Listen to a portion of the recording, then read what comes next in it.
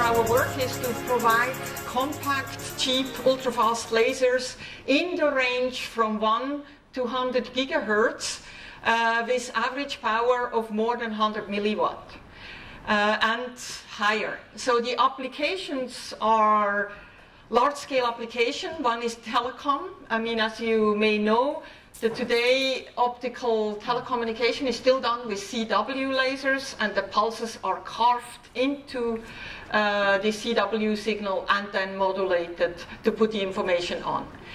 Interconnects, optical clocking. It's clear that optics is moving more and more into the interior of the computers of today, because photons do not interact, so they're ideal for communication, whereas electrons are ideal for switching because they interact very strongly.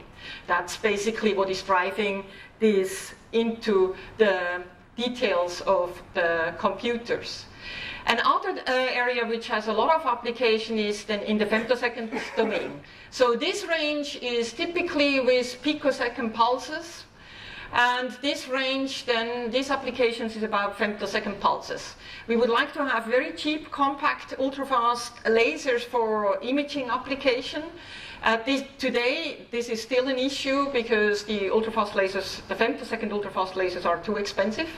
And then the whole metrology with the frequency comb, which is a hot topic that is just expanding worldwide with many applications. And to produce a very broad, coherent continuum, you need to have femtosecond pulses. And ideally, you would have the spacing in the frequency comb of in the gigahertz repetition rate.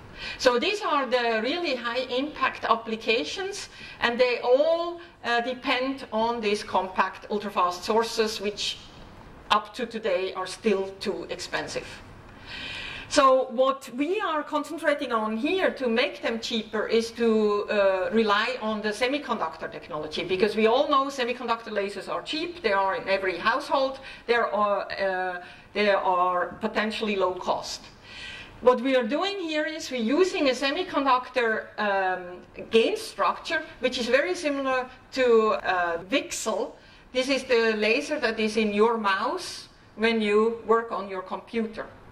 But the VCSEL, in contrast to the VCSEL is the vertical external cavity surface emitting laser, so it has this external cavity, whereas the VCSEL doesn't have this E in there and is without the external cavity. And that's why it's then very compact. But if we want to make short pulses at gigahertz repetition rate, we need cavity lengths, and that's why we need an external cavity.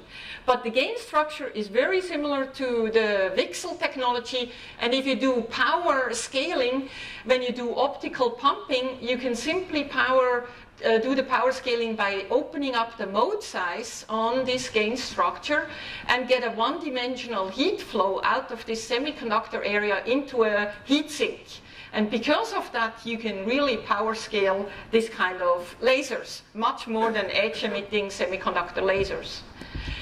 The gain structure in these VCSELs is typically a lower mirror that is reflecting both the laser light and the pump light, so that you normally can benefit from double pass going through the active. The active layer is typically quantum well, like 7 quantum well layers that give you the gain. And then you have an air coating, which then couples the light into the external cavity to the output coupler. So the laser is really formed by the output coupler, and then a few millimeters away, the lower mirror by the semiconductor structure. So let me show you some of the highlights. You know, that definitely got the attention from the people.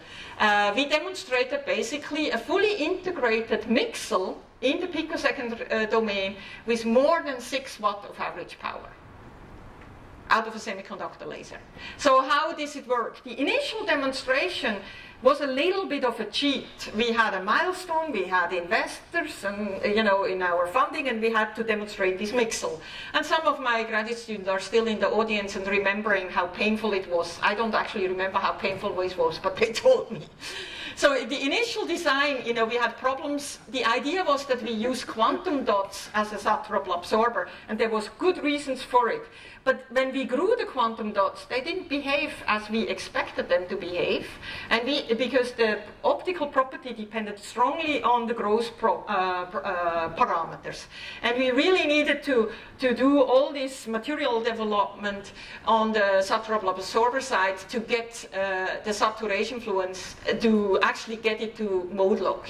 So initially we had to make a field enhancement inside the quantum dot layers in comparison to the gain structure, and that results in a so-called resonant design of the MIXSEL, which means everything, all the critical parameters are very sensitive to growth errors.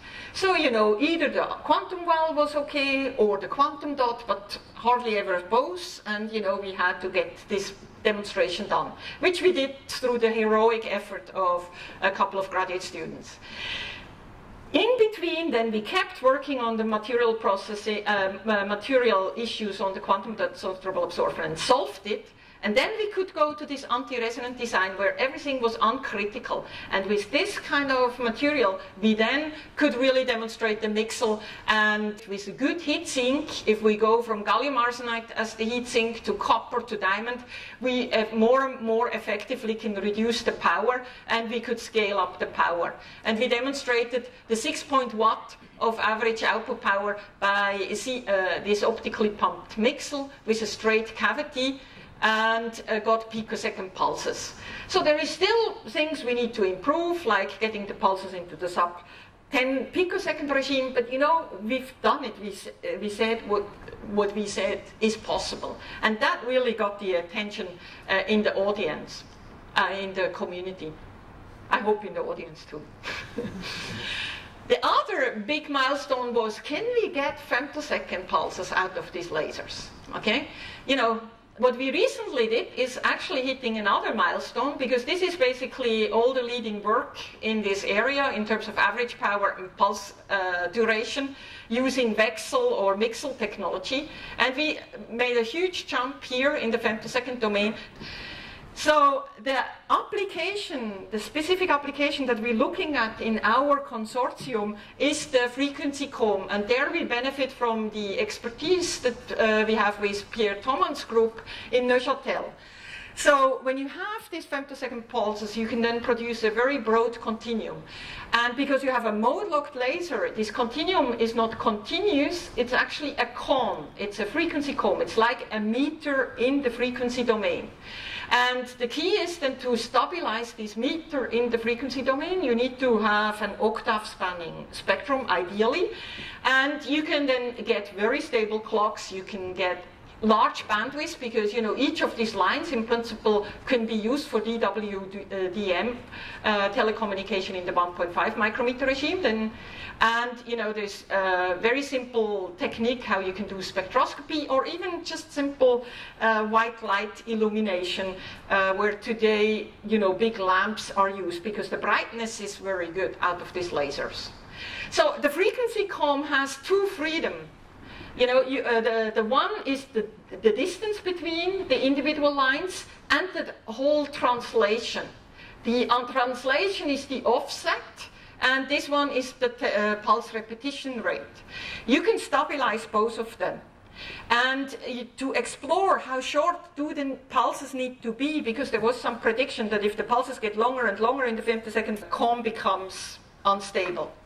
And to do that, we actually gave a femtosecond laser, which was not compact because it was a megahertz system, a dye-pumped solid-state laser of 1.5 micrometer to Neuchâtel, so that they could do all this testing, and where we could change also the pulse duration to see how short can the pulses need to be. So we moved this laser, so it was already a big deal that you can move this kind of femtosecond lasers like this from one place to the other and still have it working. It's a different world. And the outcome was, hey, something what we predicted all along is that these dye-pumped solid-state lasers are at least 10 dB better than the fiber lasers. And we know why. We actually predicted that, but you know there were some arguments. And the VCSEL actually has the same reason why they should be more stable than fiber lasers as well. So there's a really good motivation for us to keep plugging away. But the nice other thing that came out of it is that we could see that we could get a stable frequency comb even for pulses as long as 280 femtosecond. So our goal is now, we have 780 femtosecond, so we probably need to target down to about 200 femtosecond, 1 watt, and then we have the necessary peak power to produce the comb and the frequency comb, and we hope that we can get that one, and then it would be a much more compact system for real-world application. And with this, I would like to conclude. Thank you very much.